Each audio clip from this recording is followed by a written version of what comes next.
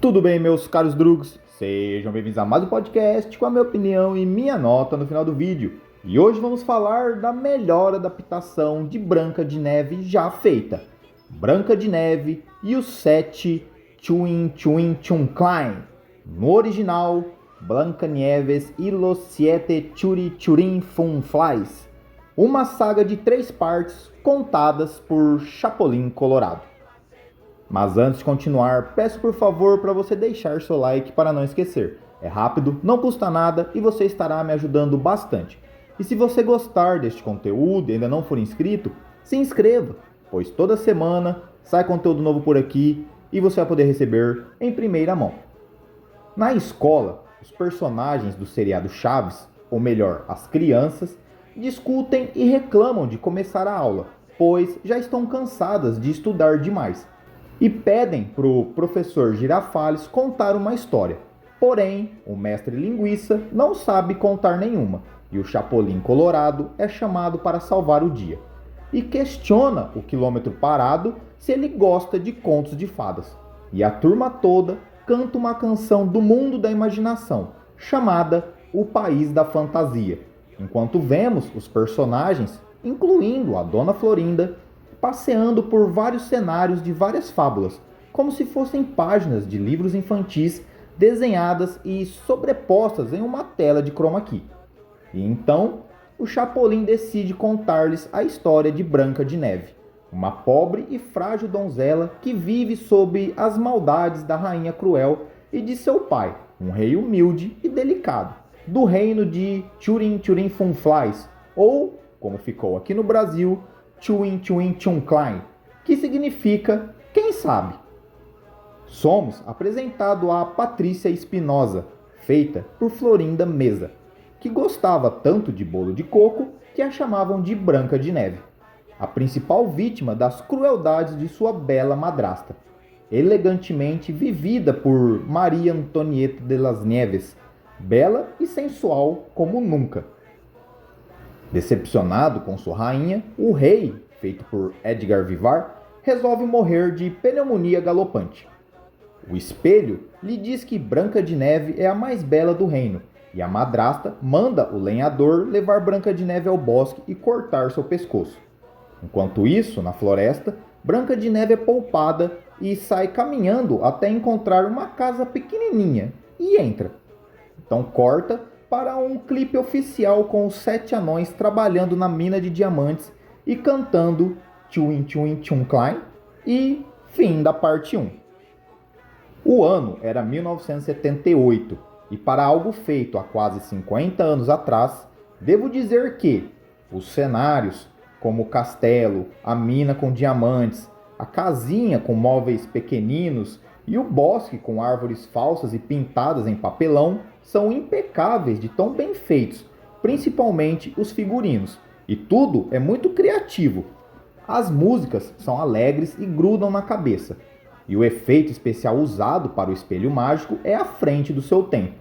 Apesar de ser o mesmo usado anos antes no episódio A Morte de Seu Madruga, de 1975. Sem falar que o espelho é mostrado como se fosse uma televisão, com botão de liga e desliga, e com intervalos onde se passam algumas propagandas como o da cerveja Cheves e o financiamento Bosque Lobo Feroz. Na escolinha, o Chapolin continua contando a história da Branca de Neve.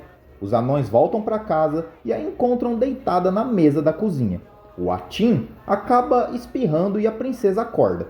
No castelo, o espelho conta à rainha que o lenhador mentiu. E após mandar analisar no laboratório o coração que lhe foi entregue, a mesma descobre que Branca de Neve ainda está viva. Enquanto Branca de Neve beija os anões que seguem para a mina, Mestre diz para ela tomar cuidado e não abrir a porta para nenhum desconhecido. O espelho diz à rainha que Branca de Neve está morando com os anões que vivem no fundo do bosque, ao lado da Chapeuzinho Vermelho e de frente aos 3 porquinhos. Ela faz uma poção para se aproximar de Branca de Neve sem que ela a reconheça e se transforma na bruxa do numa velhinha inofensiva, com a aparência de Angelines Fernandes. A saga de Branca de Neve continua no próximo capítulo, que até então era inédito no Brasil. Branca de Neve, parte 3 de Chapolin, foi ao ar numa segunda-feira, 3 de dezembro, no canal Multishow. Na terceira e última parte, a bruxa pergunta ao espelho como eliminar Branca de Neve. O mesmo lhe diz para conseguir uma maçã, banhá-la na fórmula mágica e dá-la de comer à princesa. E então é executado o clipe As Bruxas, cantada por Ramon Valdez. A bruxa aparece e oferece a maçã Branca de Neve, que diz não ter dinheiro. A bruxa dá a maçã de graça, Branca de Neve a morde e cai adormecida. Os anões voltam, percebem Branca de Neve caída no chão e tentam encontrar uma solução para que ela acorde, já que nem o espirro do Atim a despertou. O espelho adverte que há uma maneira de acordá-la, sendo beijada por um príncipe azul, ou um herói verde, amarelo ou colorado.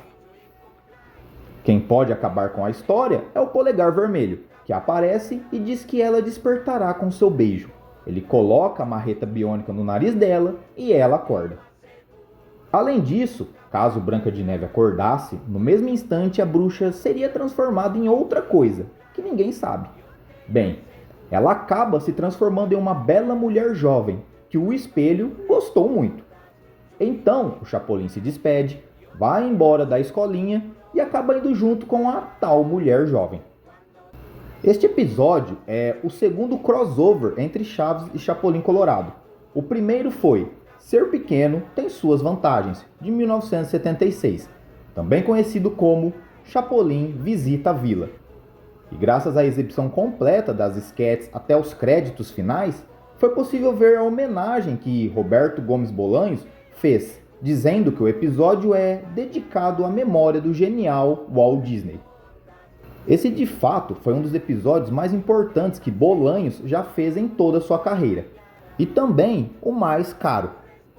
Roberto Gomes Bolanhos fez o Chaves, o Chapolin Colorado e Dunga. Ramon Valdez fez o Espelho Mágico e Zangado. Carlos Villagrán fez o Kiko, o Lenhador e Dengoso. Rubens Aguirre fez o Professor Girafales, um dos locutores dos comerciais e mestre. Edgar Vivar fez Nhonho, o Rei e Feliz. Horácio Gomes fez o Godines, um dos locutores dos comerciais e a Tim. O icônico Ricardo de Pascoal, que fez o senhor Carequinha no episódio A Venda da Vila, de Chaves, fez Soneca. Florinda Mesa fez a Pops, Dona Florinda e Branca de Neve. E Maria Antonieta de las Neves fez a Chiquinha, a Voz da Cigarra e a Rainha. E Angelines Fernandes fez a Bruxa. E é por conta de tudo isso que eu falei aqui nesse vídeo que minha nota para a saga de Branca de Neve de Chapolin é 10 de 10. Apesar de simples e trazer a mesma velha história repetida, a saga de Branca de Neve é marcante, memorável e uma aula de adaptação em forma de paródia. E é isso, meus caros drugs. Se já viu ou vai ver a esses episódios, comente o que achou. Se gostou, deixe seu ultra like. Se não, dislike. Se inscreva no canal para apoiar se você ainda não é inscrito. E até o próximo podcast.